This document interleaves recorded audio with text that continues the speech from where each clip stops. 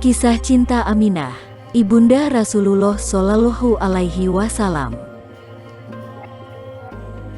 Ibunda Rasulullah Shallallahu Alaihi Wasallam.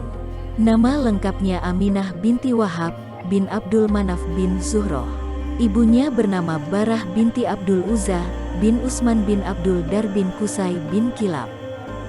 Dari silsilah tersebut, terlihat bahwa Aminah adalah keturunan Quraisy yang terhormat. Ia putri kepala Bani Zuhroh yang tinggi martabatnya. Aminah tumbuh menjadi gadis Quraisy yang cantik.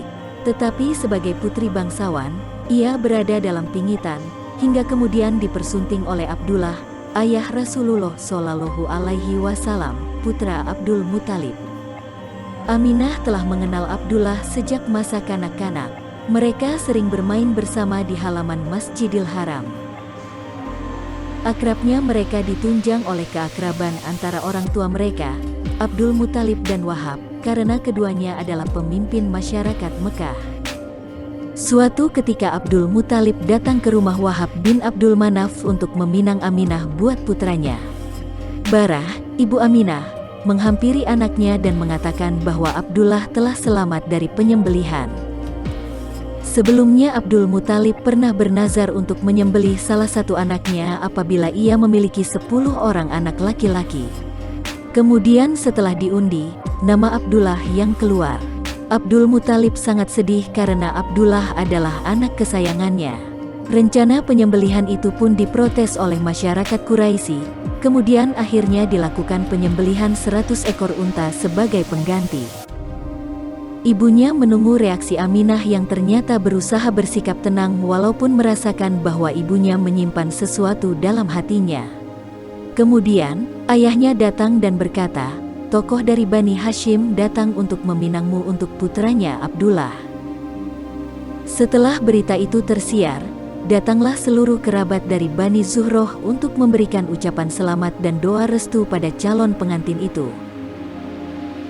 Aminah merasa bahagia, tetapi juga terkejut, karena tidak menyangka akan dipinang oleh pemuda rupawan dan mulia, yang waktu itu menjadi idaman gadis-gadis Mekah. Aminah merasa bersyukur sebab Abdullah dapat terlepas dari penyembelihan dan meminang dirinya. Ia tidak menghiraukan banyaknya putri Quraisy yang juga menaruh hati pada Abdullah. Pesta perkawinan Aminah dan Abdullah berlangsung selama 3 hari 3 malam dengan penuh keramaian dan kebahagiaan di kedua belah pihak. Seusai pesta, sesuai adat, pengantin pria tinggal di rumah mertuanya selama 3 hari, dan pada hari keempat pulang ke rumahnya mendahului istrinya guna mempersiapkan segala sesuatu untuk menyambut istrinya. Aminah merasa tenteram dan bahagia tinggal di rumah suaminya, walaupun masih sedih meninggalkan keluarganya. Aminah dan Abdullah memulai hidup barunya dengan penuh kebahagiaan. Aminah sesekali menanyakan, kenapa banyak putri Quraisy yang ingin diperistri oleh Abdullah? Abdullah menjawab, mereka ingin diperistri karena mereka percaya ada cahaya di wajah saya. Salah seorang wanita yang melihat cahaya itu adalah binti Nawfal, adik dari Warakah bin Naufal, seorang pendeta Nasrani. Akhirnya cahaya itu dimimpikan oleh Aminah sendiri di suatu malam menjelang subuh. Aminah seolah-olah melihat ada cahaya yang keluar dari tubuh Abdullah. Cahaya itu mampu menerangi seluruh jagat raya, dan ia seolah-olah mendengar suara yang berbisik kepadanya, "Wahai Aminah, engkau telah mengandung seorang pemimpin seluruh umat manusia." Setelah pengantin baru itu melewati hari-hari bahagia selama sebulan, Abdullah harus meninggalkan istrinya untuk ikut bersama kafilah Quraisy yang akan berdagang ke negeri Syam. Sebenarnya Abdullah dan Aminah sama-sama merasa berat untuk berpisah. Abdullah sangat terharu melihat istrinya, maka dia berkata, "Sabarlah Aminah, saya pergi hanya dalam waktu yang tak lama. Percayalah, malam-malammu akan dipenuhi dengan mimpi indah seperti yang pernah dikatakan adik Warakah bin Naufal." Tetapi Aminah tetap saja merasa sedih. Ia selalu termenung mengingat suaminya. Ia selalu dihibur oleh pembantunya yang setia, Ummu Akman, dan keluarganya. 1 bulan sejak keberangkatan Abdullah, Aminah belum merasakan beratnya mengandung. Dia selalu memikirkan nasib suaminya. Memasuki bulan kedua, terdengar berita bahwa tak lama lagi rombongan akan tiba di Mekah. Aminah menunggu kedatangan suaminya dengan gembira. Ia ingin menceritakan mimpinya dan mendengar pengalaman perjalanan suaminya. Akhirnya rombongan sampai di Mekah. Aminah menanti kedatangan suaminya dengan cemas. Kecemasan itu memuncak tatkala semua kafilah telah sampai, sedang suaminya tidak nampak. Ternyata Abdullah tidak ikut pulang bersama kafilah itu karena dia terserang penyakit batuk dalam perjalanan. Hal ini disampaikan mertua Aminah dengan hati-hati, agar ia bersabar dan mendoakan kesembuhan suaminya. Abdul Muthalib mengutus kakak Abdullah, yaitu Haris, untuk merawat dan membawanya pulang jika sudah sembuh. 2 bulan sejak kedatangan kafilah itu, Abdullah belum pulang juga, tetapi Aminah tetap menunggu dengan sabar. Beberapa hari kemudian Haris membawa berita duka, bahwa Abdullah telah meninggal dan dikuburkan di Yasrib. Kesedihan dan kemurungan bercampur menjadi satu pada diri Aminah, tetapi bayi dalam kandungannya membuat ia harus kuat menanti kelahiran anaknya itu, buah kasihnya dengan Abdullah.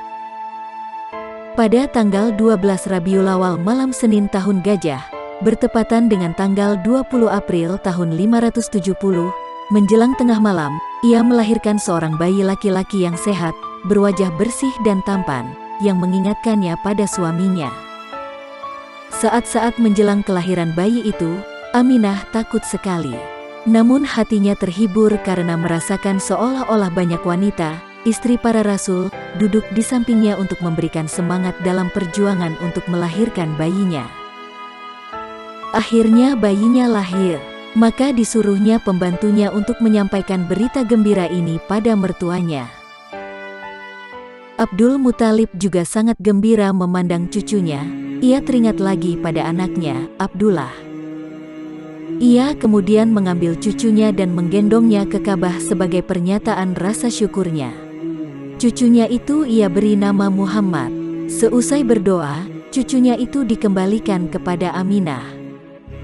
Sebagaimana tradisi orang Arab yang memberikan bayinya untuk disusui kepada wanita di luar Mekah, maka Aminah harus pula melepaskan anaknya untuk disusui orang lain. Namun, sebelum melepaskan anaknya kepada Halimah binti Abi Duaib As-Sadiyah, ia tetap menyusui sendiri bayinya itu. Setelah 2 tahun, tugas Halimah selesai, Aminah kembali menerima anaknya. Selanjutnya ia membawa anaknya ke Yasrib untuk berziarah ke kuburan suaminya, yang telah 7 tahun berbaring di sana. Untuk itu, ia mempersiapkan segala sesuatu agar dia dan anaknya dapat ikut bersama kafilah yang akan membawa dagangan. Selama tinggal di Yasrib sebulan lamanya, Aminah bersiap-siap untuk pulang bersama kafilah yang akan kembali ke Mekah.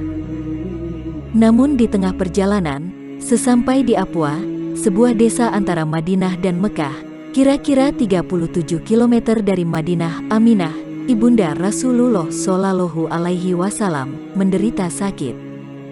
Sakitnya itu membawa kematiannya. Ia dikuburkan di tempat itu juga. Muhammad Shallallahu Alaihi Wasallam ketika itu berumur sekitar 6 tahun. Dalam riwayat dari Abdullah bin Mas'ud, Rasulullah berjalan bersama para sahabat ke pemakaman. Kemudian meminta para sahabat duduk, lalu Rasulullah berjalan menuju satu makam. Tiba di makam itu, Rasulullah duduk lalu terlihat sedang berbisik. Beberapa saat kemudian, Rasulullah menangis hingga terdengar suaranya.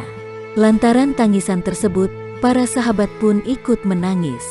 Beberapa saat kemudian, Rasulullah mendatangi para sahabat dan disambut dengan tanya oleh Umar bin Khattab radhiyallahu anhu. "Apa yang mengundang tangismu? Tangismu menjadikan kami menangis dan takut," kata Umar. "Apakah tangisku menakutkan kalian?" kata Rasulullah. "Benar, wahai Rasul," kata Umar. Rasulullah pun menjawab, "Kubur yang kalian lihat aku berbisik di sana adalah kuburan ibuku, Aminah binti Wahab. Aku meminta izin kepada Allah Subhanahu wa Ta'ala untuk menziarahinya, dan aku diizinkannya."